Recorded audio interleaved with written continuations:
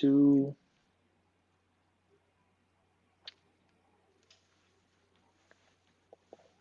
Hello, my name is Crystal Washington. I'm a technology strategist and a futurist. And my best piece of advice that I can give is one that I've lived by for the past few years, which is I eat fear for breakfast every single day. So if you're not doing something that makes you terribly uncomfortable, there's a good chance you're falling behind and missing opportunities. Wow, that's awesome advice. Do something that scares you a little bit, maybe a lot bit, every single day, which I think is a good place to really start a conversation here, my friend. It is, first of all, thank you for being here. I appreciate you a lot.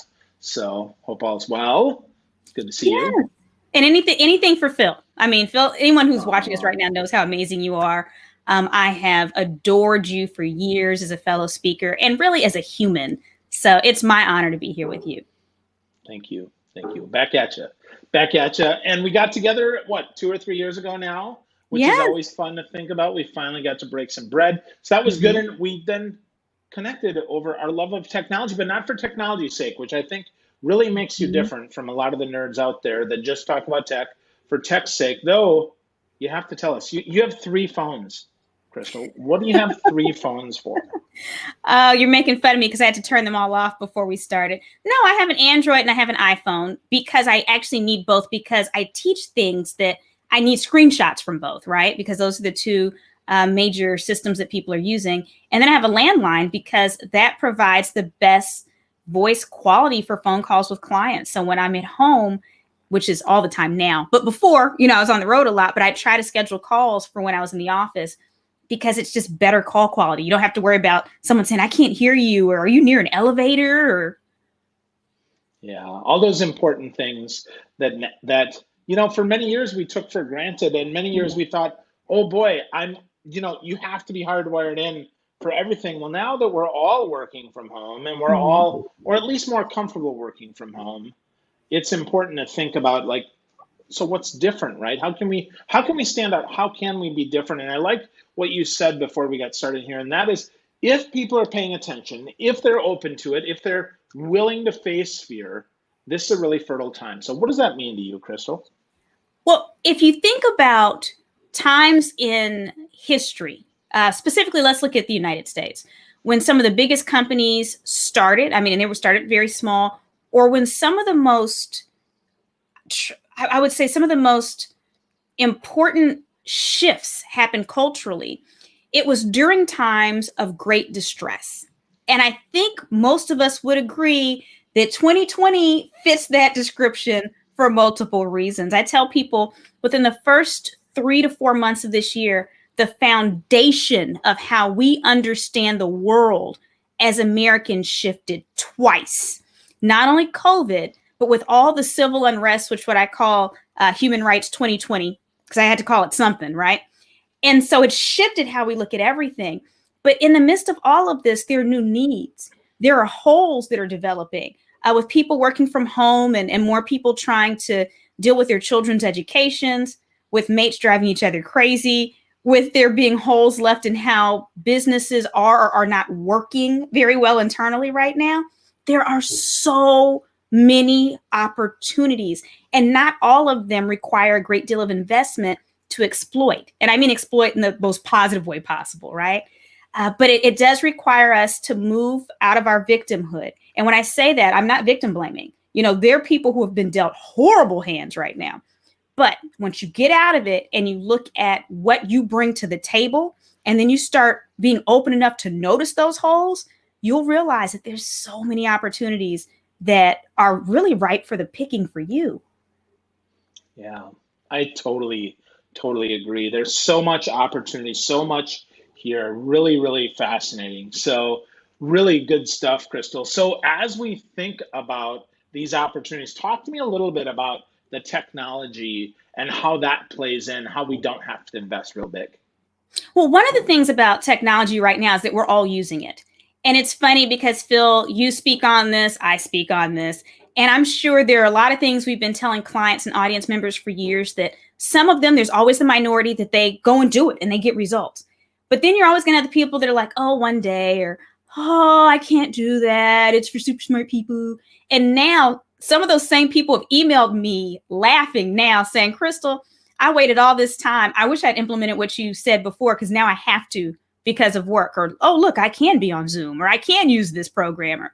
So I think the technology helps us connect right now because we're not connecting as much as in person. But what's imperative is not to just adopt technology for technology's sake, but look for those holes. Remember, we keep looking for where are the opportunities, where are the holes in connecting, and find technology that addresses those holes even in the sales process. So for instance, I'm doing a lot of consulting work right now for the financial services industry. And one of my clients, I'm creating an entire video series. Right now we're in post-production editing, where I'm taking these financial advisors through all the things they should be doing to build relationships when what they have is WebEx or Zoom or Skype or Microsoft Teams. But there's so many pieces of technology that allow your clients to feel closer to you. So focus on those technologies that are going to help you connect with people better, and that will actually offer almost a human touch, as crazy as that is. So you're looking for things that humanize the connection across technology. That's the technology you need, not just the newest, the shiniest, the blingiest. Yeah, the technology that actually connects us. I think that's really important to think about. And I would argue often just the way that we use that technology is super important, which is where you come in and a lot of your work does. So let's talk about one or two tactics here that we can use regardless of whether we have StreamYard or Zoom or WebEx or whatever it is, GoToMeeting. What is one really big tactic that folks can use to connect more with their audience? Well, right now, this is going to be very super basic, but it's probably the most effective thing I've seen. And that is start off by asking people how they are. Start a campaign for just reaching out to your contacts, to your past clients, and just saying, and you have to use your own language. Okay. So I can actually say things, you've been heavy on my heart. How are you? I can say that. That might not sound like your verbiage. We'll have to find what works for us. But what you will find, and what I have found that has been amazing, is that we are in such a culture of people saying power on, and we tend to denigrate people who show weakness, that there are a lot of contacts who no one's even asked them, how are you doing? And just giving them a chance to just vomit up whatever they have to say. And now I can't teach you how to care, but please care. Okay. So it is a strategy, but more so it's just you being a good human.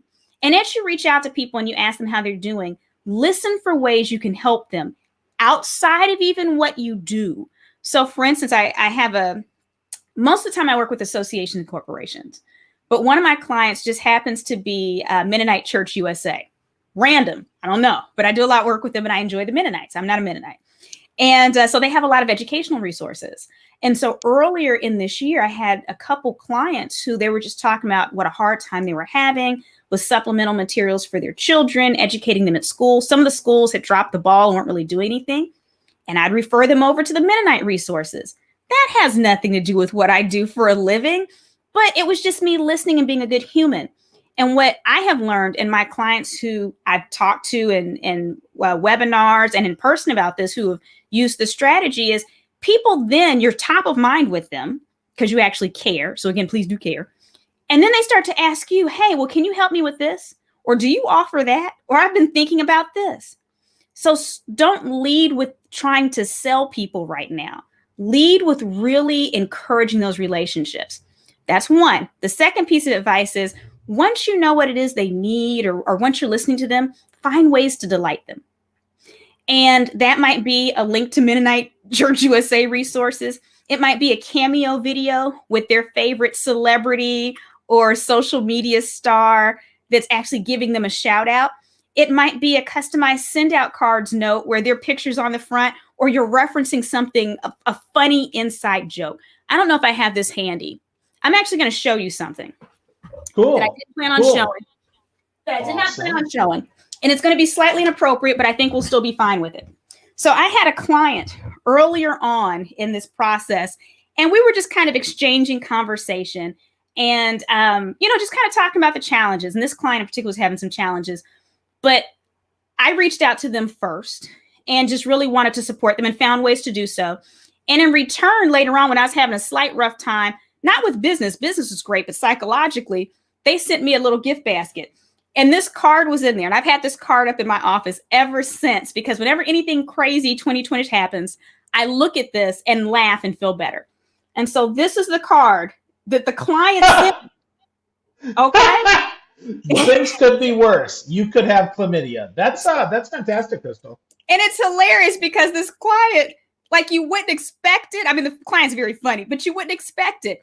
And so I've learned to address humor and find humor in things. And so, again, finding ways to delight our contacts. And right now, that might mean that we actually get a little more personal than we would have before. You know, I had a client I met with last month. They were breastfeeding while we were on the Zoom. It is what it is. Anything, just about anything respectful goes at this point, right? And so understanding that the rules that were in play before March of 2020 have shifted. And trying to pretend that they haven't, or trying to happy-go-lucky it through it, or continue your sales posts like nothing's going on, it makes us look not only out of touch, but more importantly, it shows our lack of humanity. People need to know we care.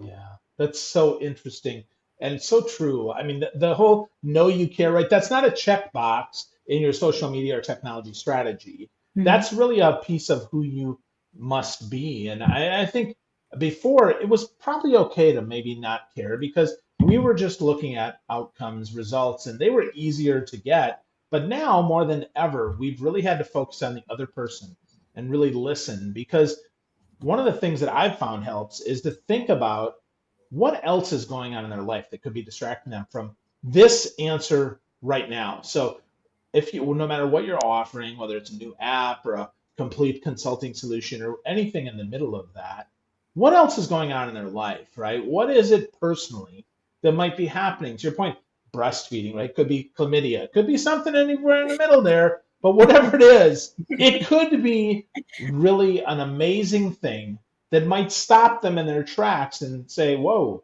right now might not be the best time. And if you try to power through that, if you try to push through, you're actually going to push them away. Mm-hmm. So we have to be present with them for that. So as you talk about that, right, you mentioned Cameo, which I think is hilarious, right? I've seen a lot of people use that to just do a little 15 or 30-second video. But what if our budget is really small? What if we maybe only want to spend 50 or so bucks? What give me a tech site that might be like that Cameo. Well, I mean, you can actually get videos on Cameo for less than $50. There are some people that are less than $50. There are a lot of known YouTubers and Instagram. So yeah, you're not going to get people whose last name rhymes with, Bardashian, but there's still notable people that are highly affordable starting at like $25. So I just want to throw that out there. The other thing is Fiverr. One of my favorite things about Fiverr is that there's so many weirdos on Fiverr. And I mean that in the most gentle way, okay? Talented weirdos. And so if you want someone dressed as a costume of whatever historic figure, or doing a Muppet show with Jim Henson Muppets, which I'm sure they don't legally have the rights to do, in their voices, whatever you want, there's someone on Fiverr who can create some type of video performance for your client as well. Starting at $5, some of them might be $10, depending on the little upgrades you want or how fast. And so I think that's another great resource for video. But again, I mentioned send out cards as well as touch note. Those are two good options for customized cards. And don't underestimate the value of creating funny cards. You don't have to be amazing. If they mentioned that they have a fear of horses, or not a serious fear, but like some type of joke, putting a horse on there, and they love candy corn, putting a piece of candy corn on a horse's head and saying, here's a horse, whatever. It can be completely irreverent too. People need to smile. I'm sitting here every day looking at a card about chlamydia, people. Little things make a difference now. And so the technology that allows us to deliver those BombBomb, if you have a video system that integrates with BombBomb, where you can create these very simple videos and it's instant. It's not like when you create a video, upload it to YouTube, put in a link. You can create a BombBomb video on the spot and it's ready to go and email it.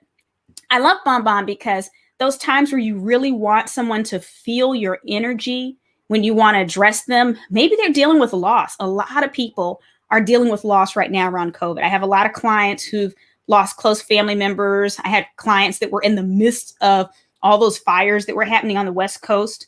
I actually had to do a presentation when those fires were raging, and some of the people on the call had been relocated onto this university campus, and I could see the orange haze out of the windows behind them, okay?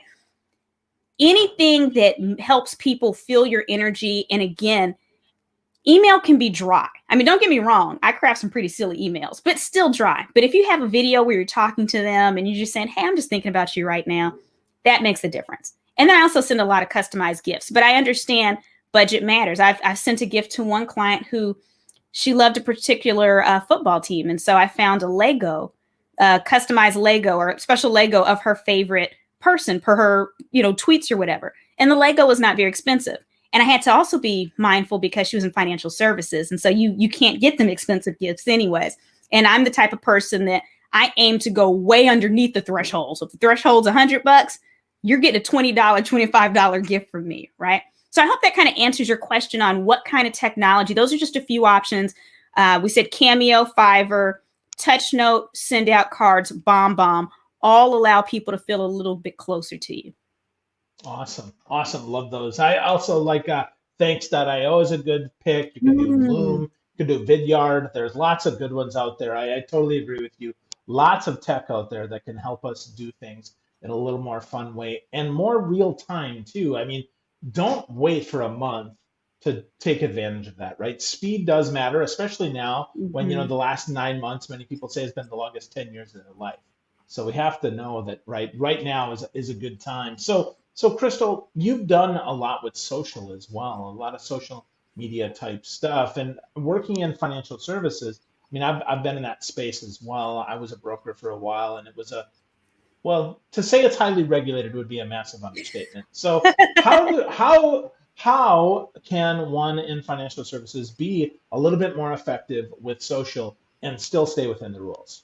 So I do want to just make sure that I highlight, I'll answer the question, that about 70% of my business comes from financial services, real estate, and travel and tourism. So I kind of deal in those the most. And the other 30% is everybody, farmers, anything you can think of, carnival people, I've spoken to them. But when it comes to financial services, typically what I teach people is because I'm often speaking across firms. So like Barron's hires me for a lot of their events. If you're speaking to brokers and advisors across firms, they have different internal rules in addition to them needing to be compliant to the things that all of them need to. So for them, I tend to focus a little bit more on optimizing profiles for SEO. So that's your LinkedIn. Many of them can't really use YouTube, so I don't go too deep on that. But what I teach them is you use social media for insights. So I don't really talk about them posting a great deal unless it's a particular firm bringing me in for that. And usually I'll make them have their compliance people in the room. And this obviously was before COVID. So I tell them, nope, you put your compliance people in there, because what I don't want is to tell them something's allowed that you've told me is allowed and compliance to block them. Put them in the room. Now with that, then that kind of, eradicates that problem. But when you're looking for insights, it's kind of like where I said that one client, I sent her the Legos. It allows you to build relationships with people because you see what they care about. You learn things about them. You learn cycles in their businesses. Some of them have business pages on Facebook. Some of them post personal things and they'll connect with you there. So I use it more to observe, and you'll also start to see trends. You'll start seeing people asking the same type of questions. When COVID first came, you hear the questions people have around a particular issue. Well, that informs you on what types of things you should be contacting your clients about as a financial advisor. So use it for insights more than anything else. Don't worry about if you can't post everything you want for compliance reasons. I know that they can't get testimonials or things like that. There's a lot of rules. That's okay. Don't even worry about posting that way. Post it to get information. Post it to see who your clients are connected to, where you might ask them for introductions, and not even through social media. You pick up the phone and say, hey, I noticed you're connected to Gary with blah, blah, blah. I've really been interested in talking to him. Can we set up a lunch? Or in this day and age, can we set up a Zoom lunch where I send delivery to both of you and we just chat a little bit? Yeah, I like that whole Zoom lunch, right, with DoorDash or with Grubhub or whatever makes it super easy now. If they're willing to give you their addresses, right? That's always the question. You got to make sure you ask for that, verify that, trust but verify, asking for permission, I think Right. is solid. And then the idea of using it for insight, I think is so valuable. So many think, well, my customers aren't there, but Hmm. other human beings are, right? Even if your exact customers in there, other human beings are. So figuring out who is your ideal avatar, connecting with them so that you can see what they're talking about. So even if your customer doesn't ask a question, you could say, you know what, I've been paying attention here and I see that, Yes. of my business owners that I'm connected to on LinkedIn, this is what they're thinking about. Is this what you're thinking about? And maybe your customers are a couple weeks behind because if they're not on social, they're probably not bleeding edge, which means Hmm. you look like a futurist Yes. by just paying attention to the now. So talk to me about that, Crystal. I mean, futurism is part of your expertise. So Yeah. what does it mean to you to be a technology futurist? So a futurist, I think, is oftentimes misunderstood. People think that they're psychics, right? So of course, when 2020 hit and people were like, "Oh, well, these futurists have to eat crow," no, that's not what futurism is. I don't have a crystal ball somewhere and I'm like making predictions. That's not how it works. Basically, futurists are people who look at the environment and they scan for signals. A signal can be a piece of data, any kind of information that makes you say, "I wonder what's happening here. That's interesting." So you start collecting these pieces of information, usually around your area of expertise. So mine is technology. If someone talks about healthcare futurism, unless it has more to do with consumer technology, I can't help you. That's not my area. And so you collect these signals. But here's where foresight, which is the practice of futurism, comes really into play. It's all about taking this data, taking these signals, forming insights. So this is when you start to kind of form conclusions or ideas around it. And now you look at what does the future people expect? And then from these insights, you blow out 2 or 3 alternative futures. And then you help your clients take action to prepare for all the different options. So I think Shell Oil was the first corporation that actually employed futurists. And what they do is when they're looking at a particular thing down the line, they're having their futurists look at, okay, but what if this happens or this happens? All it is having a plan A through D and making sure the actions you're taking right now are safeguarded around these other alternative futures. Now, there are times where you can have a black swan event. That's something that no signals are telling you exists. So, for instance, much of what's happening in 2020, people would consider black swan events, unless you were a social scientist or unless you actually were in the medical field and you were a specialist in infectious disease, because they did kind of say these things were coming at some point. So their futurists knew what they were talking about, and the rest of us were like, or we just didn't hear about it. So that's what futurism is. And everyone that's with us today can be a futurist, can practice foresight. Now, I'm not saying I'm not sitting here, like with a magic wand and boo. No, I mean there's education behind this. There's courses, there's majors, there's so but you can use futurist thinking and you can do that in your everyday life. It's the difference between living on autopilot. So this is kind of what a lot of self-help books do. If a business lives on autopilot, it's not using forecasting. It's not using futurist thought or framework. But when you start looking at what are the possibilities here and how can I create plans to address these different options or to influence the future that we want, that's futurist thinking. And many of us do that every day in our everyday lives. And hopefully those that don't will do it even more. All that is taking charge of what's coming and making sure that you're influencing it based on all the things I just told you to go in the direction that you think would be best, or hopefully that's the best for humanity from your experience. That's excellent. Excellent. I love that we can all practice foresight. Could take Yeah. a course. We don't need to be magicians or psychics or anything like that. I think No. that's super super helpful. So, Crystal, as we're kind of wrapping up here, give me one thing that you see that's going to happen in the future, perhaps that we can help shape as the future comes at us. Oh, there's so many things. But one of the things I think that we should address is the fact that as humans, our relationship to other humans is changing. And we have to decide what we want that to look like. On one hand, we're developing more trust with strangers. Think about this. When we were children, we were told, don't get into a car with strangers. If someone rode down the street that you didn't know with a bunch of TVs in a pickup truck trying to sell them to you, you'd be like, what's going on with there? But we use Uber and we use eBay, right? And it's all based on social rankings, because now we can, see, oh, they have so many stars, so many people did business with them. We have that. On the other hand, we're more connected globally than ever before. Right now, we can contact just about anybody in the world with a 1 or 2 off connection. Okay. But let's pair that with the fact that there have been numerous studies that are showing people are becoming more and more lonely. If someone knocks on your door randomly right now, most people actually feel irritated. If someone calls you versus text, there's certain age groups that feel very irritated. Whereas when I was even a child, even though I'm a millennial, if someone came to your door and knocked and you didn't know who it was, you checked the door, it was likely company is what it was called, right? And then the company that you hadn't seen in so many years stopped by and everybody's happy and grandma has some food ready and papa's, we don't live in that world anymore. We don't know our neighbors as much. And so, people are saying we're becoming more disconnected. I don't agree with that. Our connection's starting to look different. And I think right now we're at this precipice where we get to decide, what do we want this to look like? And based on what we want it to look like, we have to shift how we are shaping laws around different types of technology and how we're teaching our children to interact with each other, and not only just in person, but through technology. Wow.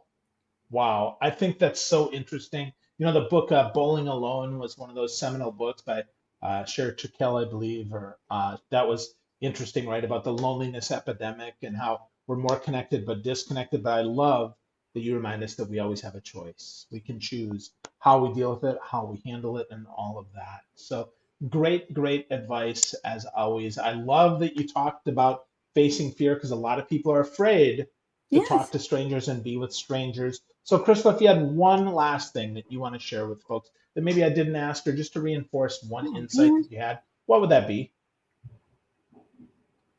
That one last insight, there's a lot of things going on in the world, and I think it's very easy to get down on this year, which is interesting because most of us, if we go back to social media, the general agreement was 2019 was the worst year ever, and everybody was ready for 2020.